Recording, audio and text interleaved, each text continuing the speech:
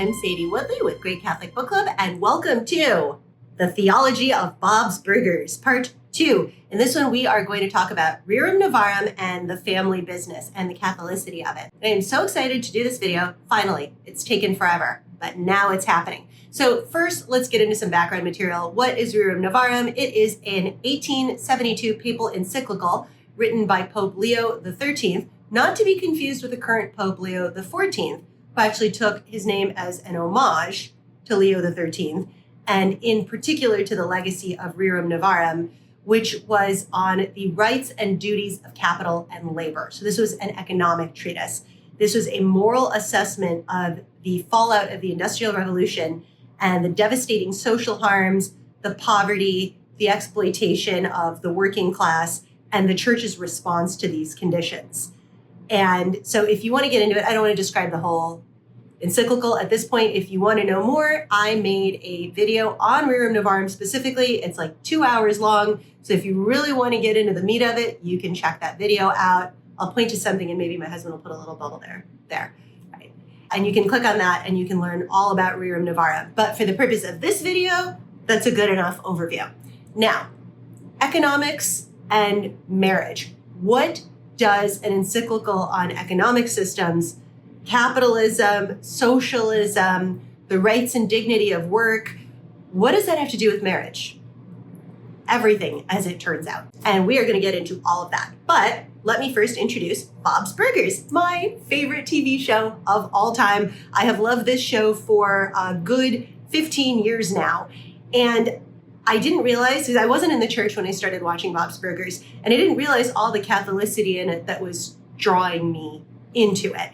And I do want to be clear here, the show is not intentionally Catholic at all, but it is so inadvertently, beautifully illustrative of fundamental principles of Rerum Novarum and how, in a very practical level, they would be applied to a modern marriage and family, how people can actually live out the teachings of Rerum Novarum. So let me first get into what Bob's Burgers is. For the uninitiated, Bob's Burgers is a show about Bob Belcher, his wife Linda, his daughter Tina, his son Gene, and his daughter Louise, and they run a family business. He owns a burger joint. This is his dream. This is his passion. He's basically a chef. He's very creative and artistic and in love with food, and his family works this restaurant together. He and his wife run it together. The kids work there. And it's a great show just about the dynamics and relationships involved in between this business and their marriage and their family and their interactions with their neighborhood and the community around them. And in this video, I am going to use Bob's Burgers, one particular episode, an episode called L'Independent Woman, and also bits and pieces from other episodes, to explain how Rerum Novarum shows us we can have a lot of false values, worldly values, secular values seeping into our marriages. A lot of people get into a Catholic marriage with this idea of devoutness and devotion to Catholic principles. And we are really taught how to do that in the realm of private sexual behaviors and decisions. You know, we're taught about chastity. A lot of marriage prep focuses on certain aspects of communication, all relating to emotional and sexual intimacy. However, rarely have I ever seen, actually, I'll say never have I ever seen the ways that economic solidarity is a key to a marriage.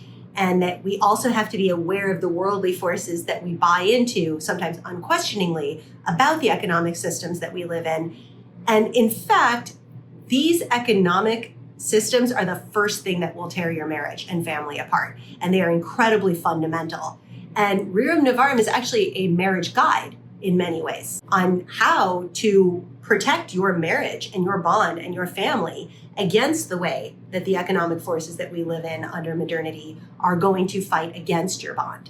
So there are just all these ways that we accept false values, we accept lies. And I have seen and heard of a lot of people, young people, getting married. They think they're doing everything right. They were raised Catholic, and they went through marriage prep, and they're following all the chastity, all the sexual principles, and then she's staying home and they're having their babies, and it's just not working. And it's horrible. And they don't understand why. And they end up thinking, well, clearly my faith betrayed me. This can't be the truth, because if it were the truth, this would be working. And they have no idea, no one told them how to combat the economic forces that are harming their marriage and family. So I really hope that this video can be that primer for so many people. And I want to pass along a lot of the really painful, hard-won knowledge that my husband and I had to acquire over time. So this is my gift for that purpose. Now, that said, before I get any further, please like and subscribe. If you are not already a member of our channel, I would really love to hit 100 subscribers. Well, I want to reach like 100,000 subscribers, but let's start with 100 this summer. It helps so much if you are not already subscribed. If you hit that bell button and you become a member of this channel, you help this project so much and you do so much good for our ministry work. And I would just be very, very appreciative of it. And if you could also like the video, that would really help. It would boost the algorithm, and leave comments if you feel the desire to leave comments. So please take the time to do that right now. And let's get back to Rerum Novarum and Bob's Burgers. So what are some of the secular and worldly lies that we buy into that we don't even question? First of all, there's the concept of the work-life balance. Okay? Where did this come from? This idea that you want to make sure here's your work life, here's your home life, and you really don't want one to be swallowed up by the other. Or more accurately, the concept of work-life balance is that you don't want your work life to swallow up your home life. I think that's how most people feel. Although I've heard the opposite too with a lot of stay-at-home moms. You don't want your home life to completely swallow up your work identity. Either way, we buy into this idea that these are two separate identities. These are different dimensions of your being that both need to be fulfilled. And I was watching a business video because I also have an MBA and I'm a total business nerd. And so I love watching videos of business analysis. And there is a concept in the marketing world called the third place. And I was watching a video on an analysis of the business of Starbucks. And the man doing the video was talking about this concept, which I've heard of, but I'm going to explain it to you right now, is that when companies are deciding how their business product is going to fit into the life of a consumer, the idea is that people need a third place. They have their work, they have their home, but they need the third place. And we lament the idea that, well, it used to be church. Church used to be the third place. Social clubs, the Elks Club, things like that used to be the third place. And then when that started to splinter and fall apart, the new third place became the bar, unhealthy, bad things. Or it could be good things. The new place is the coffee shop. And in this case, this was Starbucks saying they want to be the third place. That was their marketing strategy. So you can listen to this kind of stuff and go, oh yeah, that makes sense. And traditional values, the third place used to be the church and the third place needs to be the church again. Okay, that's not traditional values. That is still playing into this false and very modern concept, this lie that we have these separate dimensions: home life, work life, spiritual life, or drinking life, whether you're drinking coffee or whether you're drinking alcohol, whatever, that there are these separate dimensions to the self, and they all have to be catered to in separate ways. So if that's how you think, it doesn't matter how you change the variables. We're using a certain formula, a certain concept of the human person. And when it's not working, our tendency is to look at that and say, well, the problem is we have to change these aspects of the person's work life. The problem is their third place. Well, that should be different. It shouldn't be the bar. It should be a coffee shop, or it should be a social club. We're changing the variables. We're not looking at the formula, that the formula itself is false. And you can change the variables all you want, but your fundamental concept of the human person is the problem. And so that's what we have to challenge. And the idea that we are disintegrated, we are not integrated, we are different people in different settings is false. These are not supposed to be different dimensions of our identity. And the idea that you're supposed to be disintegrated, this is actually really bad for men in particular. The idea that I'm one person at work, and when I'm at work, I'm supposed to act like I don't have a family. I'm supposed to have a different set of values. And then I go home to my family, and I'm supposed to be a different person there. When I'm at home, I'm supposed to act like I don't have a job. I'm supposed to have a different set of values. This does such violence to your nature This is tearing apart aspects of yourself that are actually supposed to be holistic. And it's even worse when you start to think of church, your spiritual life, as the third place, because now all of these things are disconnected and they don't fit together. And I want you to consider that this is not the way things have always been. The modern concepts we have of employment, of marketing, of identity, of work-life balance, these things didn't exist before the Industrial Revolution.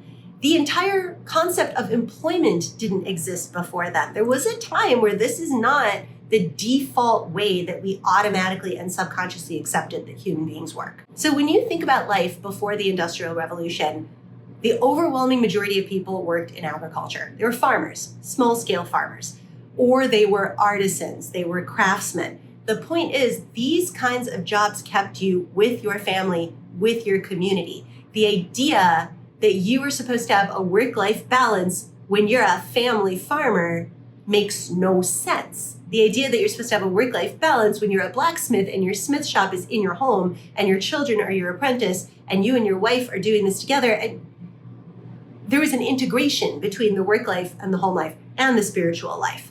We'll get to that a little bit later. But the point is, the idea that your work is separate from your family and it's separate from your faith, that's not how anybody thought of the human person. And another really, really important corollary to this is that your work had a holy meaning. So there's a period in our history, now I'm going to like the 1100s, the 1200s, the pre-industrial era, where everything you did was about improving your relationship with God, deepening in your relationship with the Lord, moving towards holiness. And your work, there's a sacramental worldview of your work. Your work is how you become holy.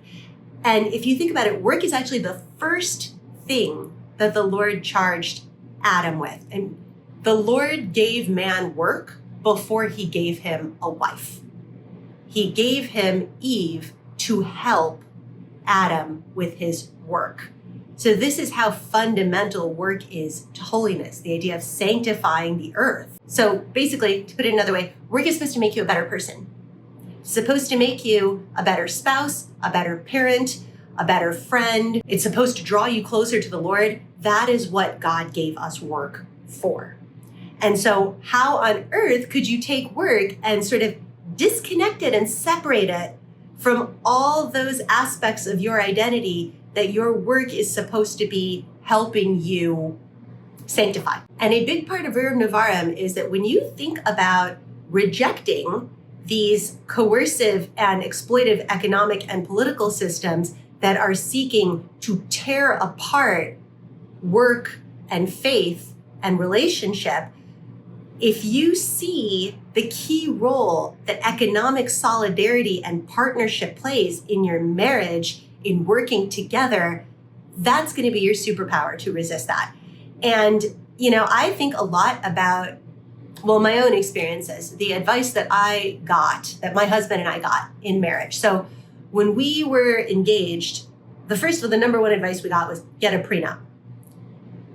A prenuptial agreement is absolutely necessary because if things don't work out, you each have to guard your separate economic interests. You have to guard the property that you brought into marriage. You have to guard the wealth that you have acquired in marriage.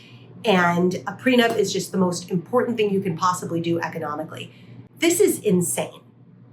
You are starting out with the presumption that there is no shared economic solidarity. And so that's one of the horrible, horrible ways that we are told in marriage that the right thing to do is play exactly into the hands of the economic system that is seeking to reduce us and exploit us.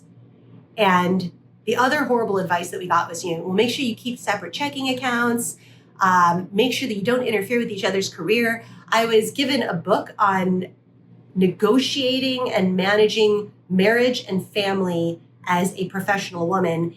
And the author of this book basically explained it's very, very important that you do not let your husband and children interfere with what really matters in your life, which is your career. So you can see the idea that anything that I did in my professional life, the idea that that ought to serve the well-being of my family. It should make me a better wife. It should make me a better mother. It should serve the shared mission that my husband and I have towards each other, the responsibilities and the bond we have together. That has nothing to do with how you're supposed to see issues of career and work. And that was the advice that my husband and I were given. And so much of learning how to actually act with economic solidarity is not only discouraged, but vilified, and even worse than vilified, completely incomprehensible to this culture. And we don't understand, even people who think, I was raised a devout Catholic, I'm very devout in my faith. We have no idea how much of this completely seeps in and poisons our marriages. Now, I do want to say here that in my conversion story video, I talked about why I'm not saying I support the trad wife model, because I will say this, it's a Band-Aid and it's very shallow. Just the idea that, well, you know what, if you want to combat the economic forces that tear marriages apart, well, the solution is the woman should just stay home and the man works and provides. End of story. That fixes everything. It really doesn't. It doesn't address a lot of the deeper issues. I'm not saying stay home, don't stay home. That's not the point. What I'm talking about is I have seen in my time in the church as a Catholic, I've seen a lot of these traditional circles where it seems like, everybody is straight out of the 1950s, that the women all stay home and they homeschool all their kids and the man works, and they're so traditional and they're so conservative. And yet, in my direct experience with many of these families, not all, please know, I'm not speaking of all of them. There are a lot of just wonderful, wonderful families that I've met who live like this. But what I've seen in many of these families, they're still not a team. There is still this quid pro quo attitude. In so many of these marriages, I've seen the wives having such a contempt, almost a dehumanized concept of their husband. Like he's a walking ATM. It's his job to provide a certain lifestyle for her so that they can pull off a certain veneer of fashionability almost. It's a fashion to look like you are traditional in a certain way. And everyone is supposed to play this part, and this is what she wants to look like socially. And so his job is just go make the money, go do that on his own. And I don't want to say that contempt and dehumanization is one way. It's not, because I've also seen in those cases men who have an attitude towards their wives that, look, I bring home money and here you go. You have the lifestyle, you can stay home, we can homeschool, you can look the way you want to look, and you need to be happy about it. And so the idea that there should be any deeper emotional needs or any like real connection or real partnership between them, I've seen cases where the man also has a contempt towards that. He doesn't want to do that. And so the wives are very, very lonely. These marriages are very much lacking in emotional intimacy and partnership. So my point is, merely appearing on the surface to be doing things the traditional way are not going to actually be the thing that achieves that deep economic solidarity, that deep sense of partnership that people need. And a lot of young people will walk and think, well, if I just do the right stuff on the surface, it's bound to work out. Well, not if you're not examining the deep wounds underneath about what we believe about money, what we believe about work, and what we believe about the role of work, family, faith, and what that says about the human person. The external choices you make still have to be informed by that deep inner worldview, a sacramental worldview of work and money, or the surface choices are only going to stay surface choices. And so the cracks that it creates in the marriage are just, they're going to take over. So what I want to do is talk about how, we want to get away from this model of mutual contempt, of quid pro quo, of being in a position where there's deep loneliness, there's a cowardice, there's a fear of taking economic risks together, there's a lack of a sense of really being on a team together, by looking at how Rerum Novarum can create that solidarity in a marriage. And I'm going to use Bob's Burgers as a model to illustrate how that can happen. So I also want to say here, everybody doesn't have to do a family business. I'm not saying that that is the right model for every family, because it's definitely not. Everyone is not made for that. But the point is, it's about having a certain worldview, a certain mindset, and a certain set of values around the concept of economic solidarity. So I'm going to start by illustrating how in season 1, episode 1 of Bob's Burgers, in the very beginning, Linda, Bob's wife, talks about why she chose Bob. So in the story, the mythology of the story is that she was engaged to somebody else. And when she met Bob, she broke off her engagement with the person that she was engaged to so that she could be with Bob. And she explains to him during a time where he is feeling very dejected and he is really doubting his self-worth and he is wondering if he was even cut out to be a business owner, and he just thinks he's a failure on every level. And so many of us, so many men can relate to that feeling of, wow, I just fail as a man, as a husband, as a father. I am not able to do this. You're a failure. You failed. You fail at everything. You fail at marriage, you fail at family, and you're fat. You're not attractive. You never were. Well, you were a little bit when you were a teenager.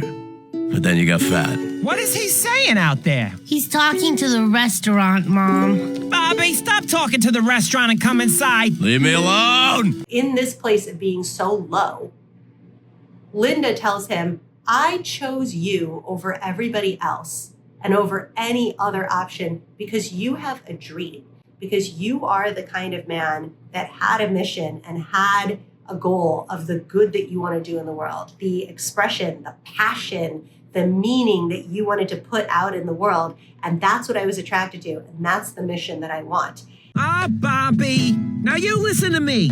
I would rather be married to a suspected cannibal with a dream like you than a soft-lipped guy who never had a dream in the first place. And so right from the beginning, they set the terms of Linda choosing a partner, choosing a husband, specifically because he has these really meaningful things that he wants to do in life. He has spiritual values, he has moral values, and he is using his work. His life's goal is to use his work to express those values. And that is why she wants to be on a team with him. That is why she chooses to be a part of his mission. Now, it is important to point out that in this case, this was Bob with the vision and the mission and the dream, and Linda joining his mission so that they could work together. But I also want to point out that the examples that we have of Saints Louis and Zélie, who are the father and mother, respectively, of Therese of Lisieux, these two exemplify the opposite. Louis was a watchmaker and Zélie was a lace maker. And so these are both, you can understand why these two individuals were attracted to each other, both of them having this intricate sort of mind that is drawn to that sort of very artistic, very precise work. But when they got married, the idea of both having their own separate businesses was unworkable. It was going to be one business or the other. And what ended up happening was that Louis stopped his clockmaking business and joined Zélie in the lace making business. But the thing is, he didn't join into her business. What he decided to do was to adopt her business as his business. And now it is their business together. And so the dream, the initial vision can come from either the husband or the wife. But the point is, they come together and they say, what is yours shall become mine. In the deepest sense, we're going to have economic solidarity. We're going to have a shared vision and a shared dream of how we are going to get our family to heaven. So my point is, here's Bob and Linda, and here's Louis and Zélie. I hope that's not a sacrilegious comparison. But the point is, it could go either way. The sharing, the dedication to each other, the being attracted to that shared mission and joining forces in that way, that has to happen to have that economic solidarity. Now, there are many examples in the show, in Bob's Burgers, as they progress, where they show Bob expressing his values and his commitment to his values. Number one is that he rejects chasing money for its own sake. There is an episode where a wealthy old friend of his, who is very successful in business, wants to give him a significant loan in order to turn his burger joint into a tiki-themed restaurant. And I'll tell you something. I want to invest in you. What? Well, for starters, I write you a check for $100,000. So this is a lot of stuff. Yeah, great stuff. And in the episode, you see that this actually does start to garner Bob a lot of success. A lot of people start coming into the store. He starts making more money. We never noticed this place before, and then we saw all the tiki stuff, and we were like, oh, that looks like fun. I'm going to text Frank and tell him to bring everyone here. Aloha! Hey, tiki theme, nice. I'd eat here. You're finally doing something right, Bob. But this is completely inauthentic to him. This isn't the vision that he has. It isn't his creative vision, and he ultimately rejects it because just making as much money as possible is not the point if it means, sorry to stereotype, but if it means selling out. This isn't us. This isn't who we are. Not even the pineapple? Especially the pineapple. He has a particular vision, and if you can be, ideally, you can be economically successful while holding with perfect integrity to that vision. And I think a lot of times when I hear people in the art world complaining that either you're a sellout and successful or you are true to your art and unsuccessful, I find that to be a bit of an immature argument. I don't think that's true. I think you can be committed to your artistic vision and you can be economically successful. But there is a lot of truth in the reality that economic success on a grand scale in our society often involves becoming a slave to a certain kind of marketing and a certain kind of feeding people what they want. The most palatable and easily digestible, you could say another word that I'm trying to use is shallow art, will sell more. Whereas really complex, really meaningful, and more challenging things are going to have a smaller audience. It doesn't mean that you can't be as successful, though. So just want to be adding in that caveat. The point is, Bob basically sees this as such a degradation of his vision that it's unacceptable. And no amount of money in the world is going to persuade him to do that. And now we also see Bob tackling the other temptation for a lot of people, which is the idea of the Sigma grind set. There is an episode where a bunch of high-level chefs. This burger is phenomenal. Thank you. I've had peanut butter on a burger before. I hated it. It's terrible. Oh, okay. But, you made it taste good. Yeah, man. Nice dish. I'm Lionel, head chef at Fennel and Fogg. I'm Donnie, head chef at Succulent. These are real chefs who are really into the culinary arts, into the creativity, into the artistry. Here you go. Burger of the day, Teddy. What is it? And Bob makes friends with them, and he goes on a whirlwind ride for a period of many evenings. I mean, last night was pretty crazy. Lionel wanted to go to the fish market to get first pick of the line-caught swordfish, but we never made it because we kept stopping off for drinks. Where he hangs out with these chefs, and he feels that he's found his people because they get together and they create these incredible meals and they explore their creativity and they drink a lot. It's like a chef roundtable that happens at a round table at a restaurant where they sell a lot of alcohol, an alcohol restaurant. You're an amazing role model, Dad. Thanks, Louise. And they are entirely wrapped up in the value and the meaning of the artistry that they're creating through their work as chefs. You can't keep this up, Bob. I know you think these are your people, but you're old enough to be their not very cool uncle.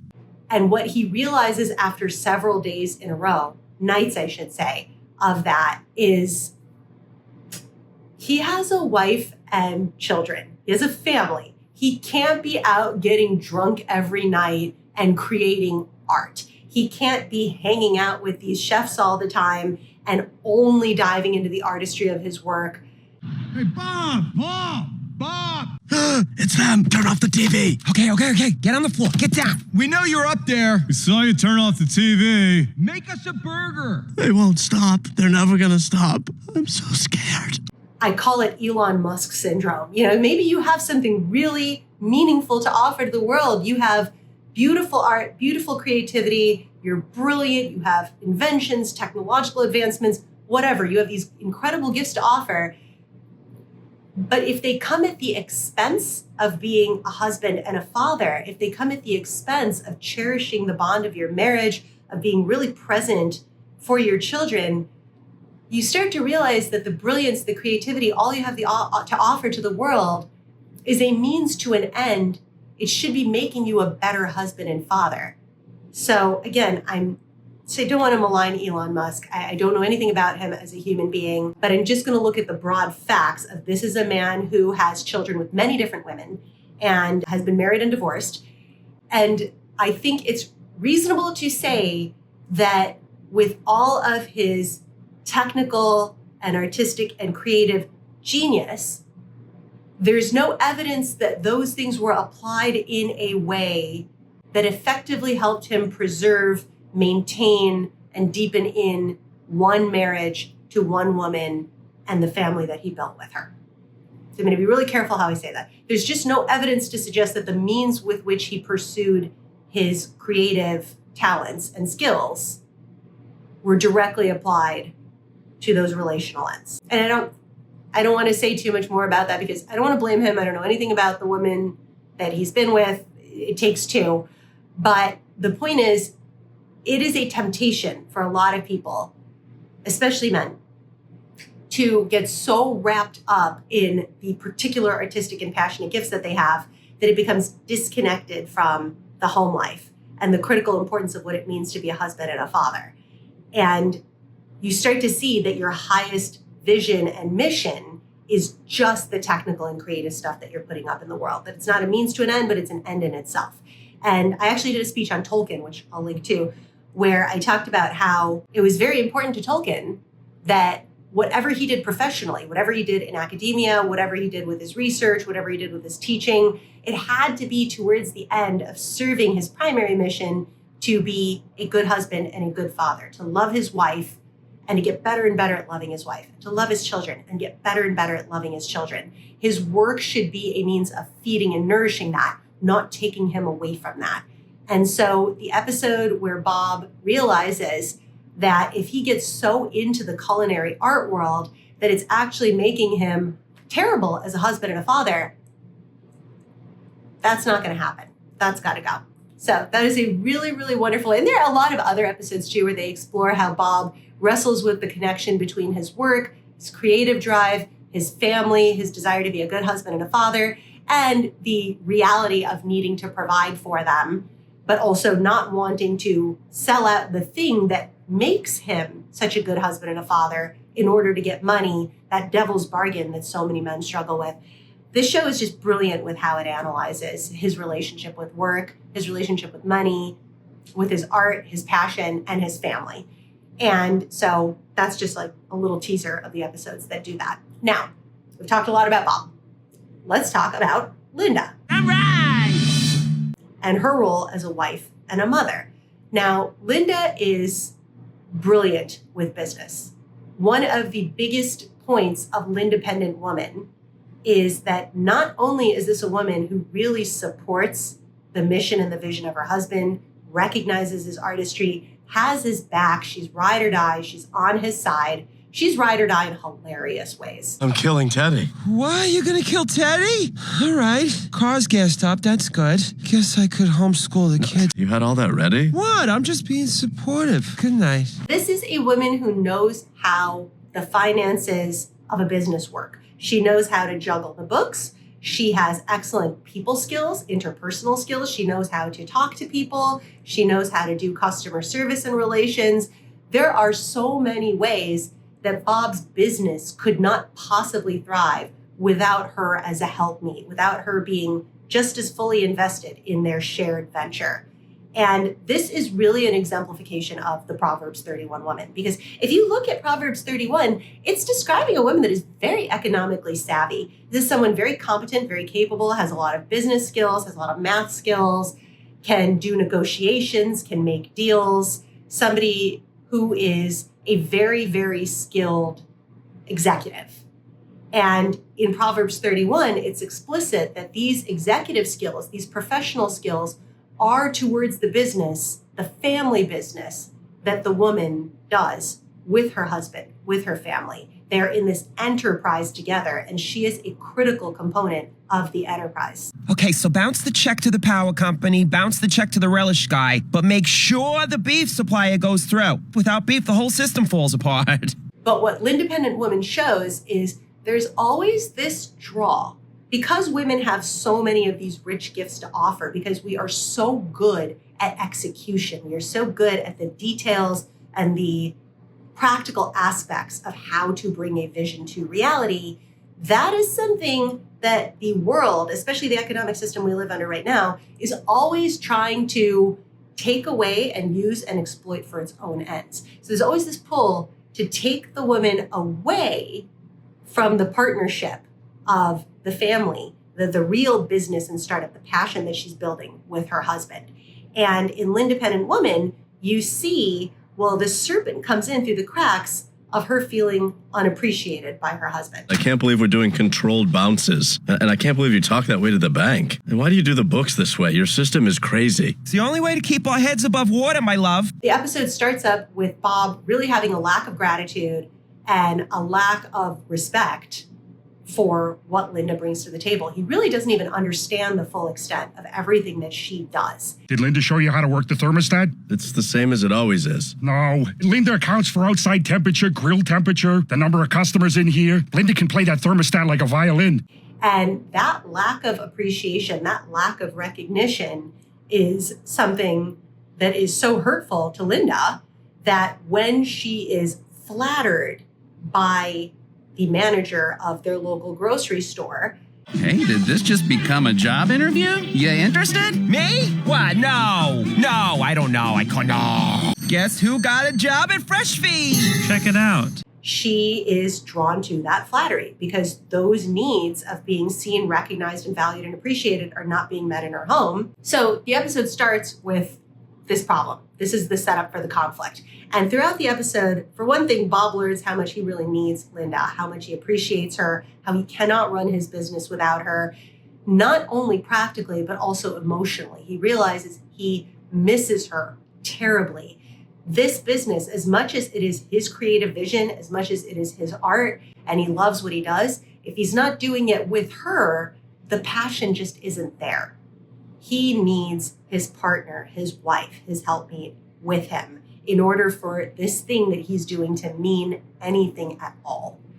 And he also learns that a lot of ways that he takes her for granted, that he communicates to her, have to change.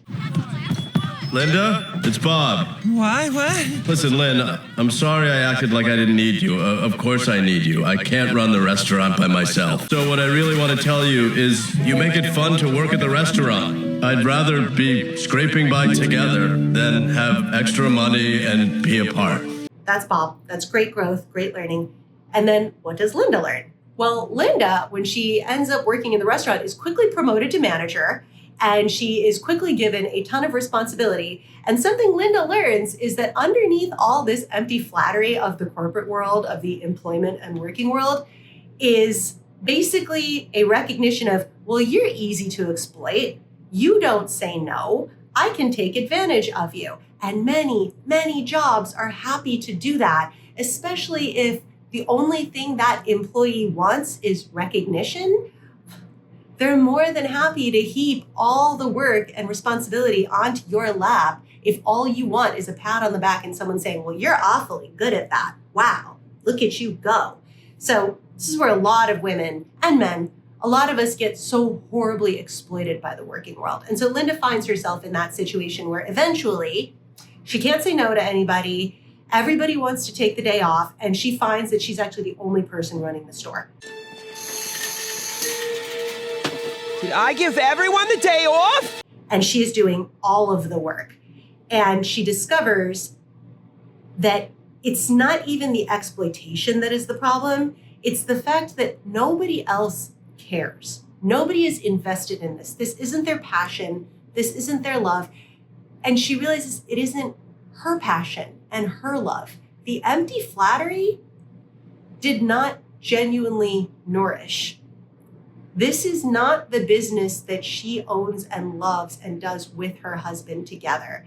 No matter how rich her gifts are, no matter how much she offers to the world, it has to be given to a source that really means something to her. And nothing is going to mean more to her than her marriage and her family and the legacy that she and her husband are building together. Oh, Bob, it's awful here. This is just a job. Everyone who works here just wants to leave. I hate it. I hate the customers. I'm sorry. I know you people can hear me. I just hate it. So why would she want all of her gifts, as beautiful and rich as they are, to go outside of her home, to be used, squandered, and fundamentally, genuinely unappreciated, and not going towards any kind of legacy building, when the alternative is this beautiful thing that she has with her family and in her own marriage? So on the surface of the show, the idea was that she was working at the grocery store for money. Because they don't have enough money, they struggle to pay their bills every month. It's not the most successful restaurant. But through the show, you realize that money was just the sham. It was the thing that hid them from talking about the deeper truths, which is if they really only cared about money, if there was no other meaning, they wouldn't be doing any of the things that they have done. They wouldn't have opened this business at all. They wouldn't have ordered their lives the way they did. Clearly, money is not the end of why they make the decisions they make. But that's not to say that money doesn't matter. We obviously have an obligation to provide. Bob has an obligation to provide for his family. Linda and Bob have an obligation together to make good choices to actually meet the provisional needs of their children. The question is, how do we provide for those needs? And it's really having a view that provision is such a critical component of holiness and connection with your family.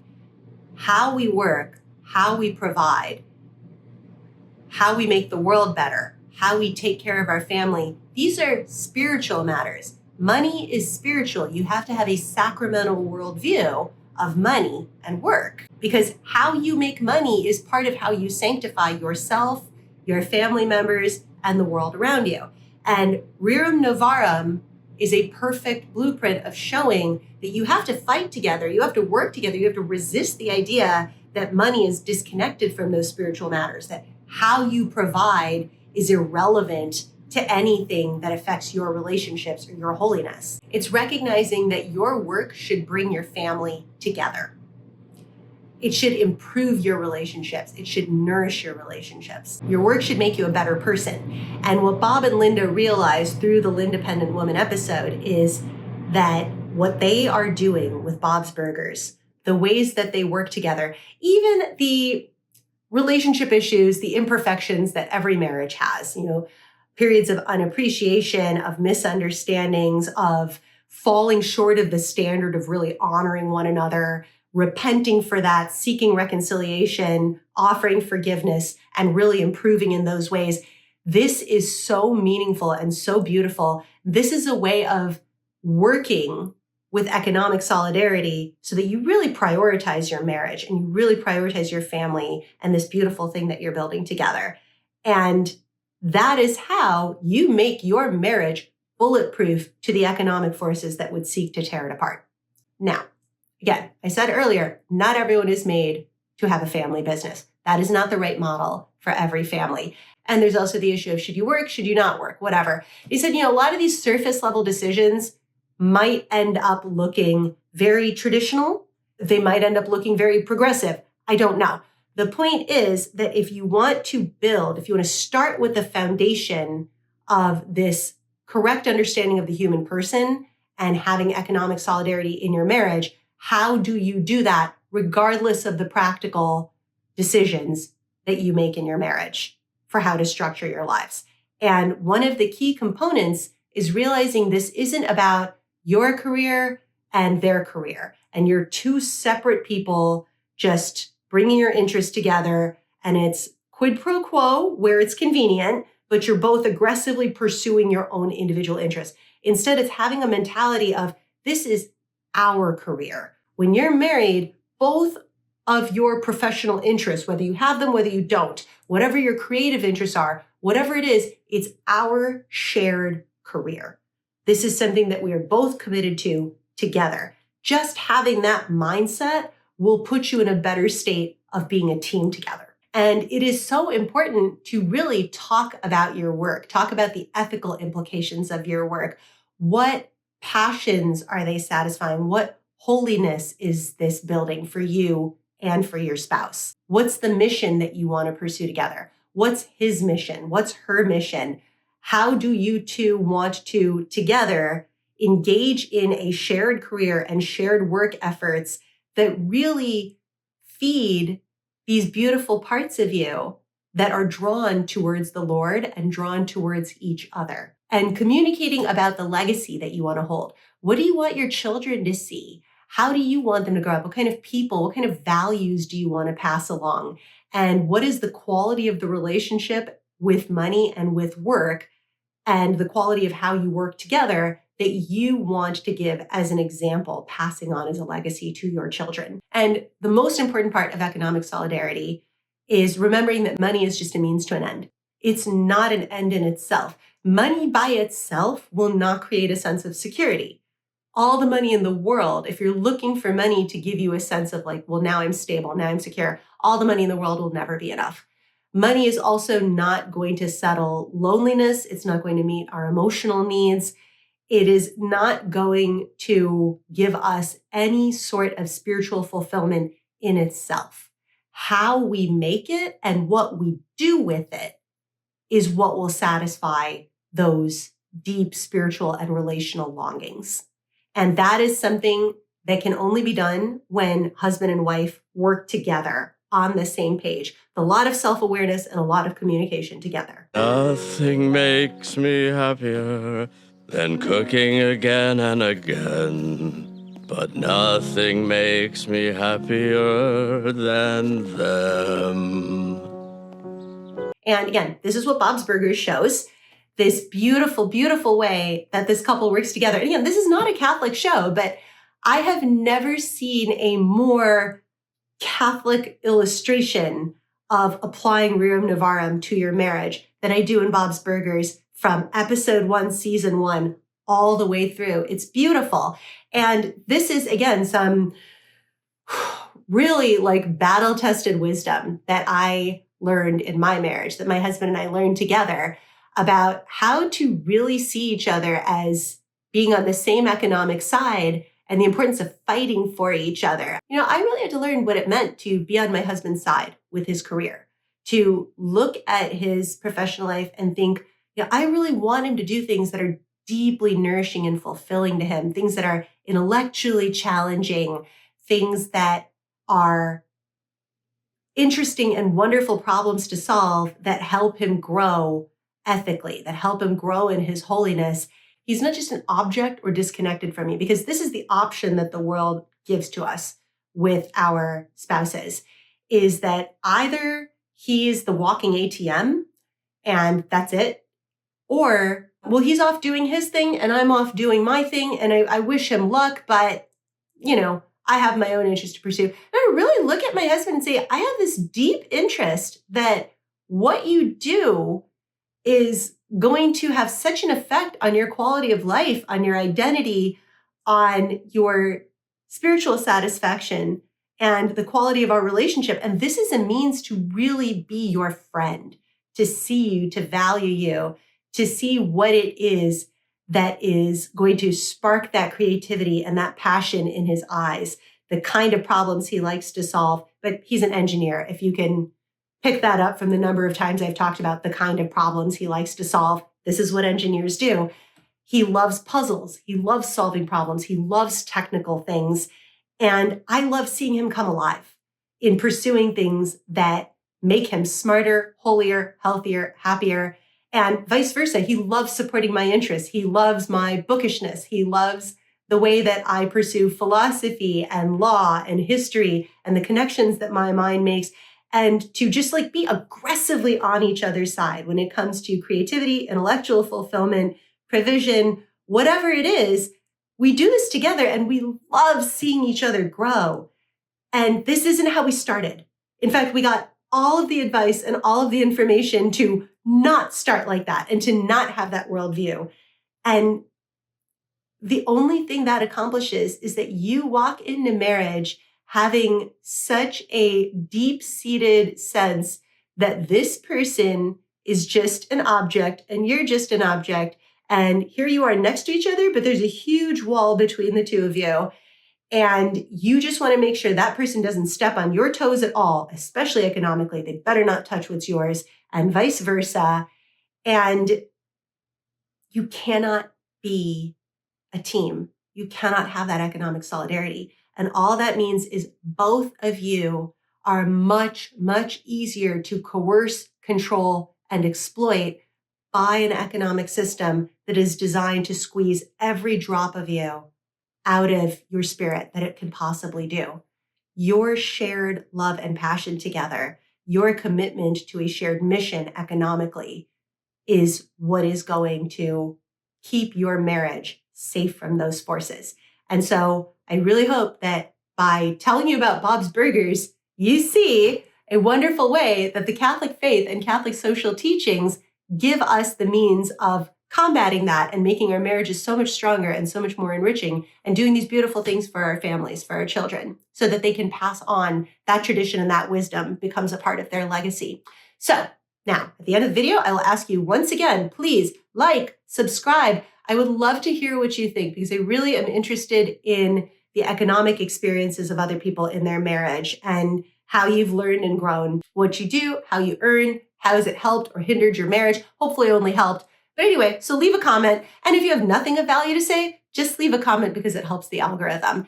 And again, please like the video. Please subscribe if you haven't already. And Bob's Burgers Part 3 ought to be a real barn burner as soon as I think about the next subject that I really want to dig into. And I hope you enjoyed the video. God bless you. See you in the next one.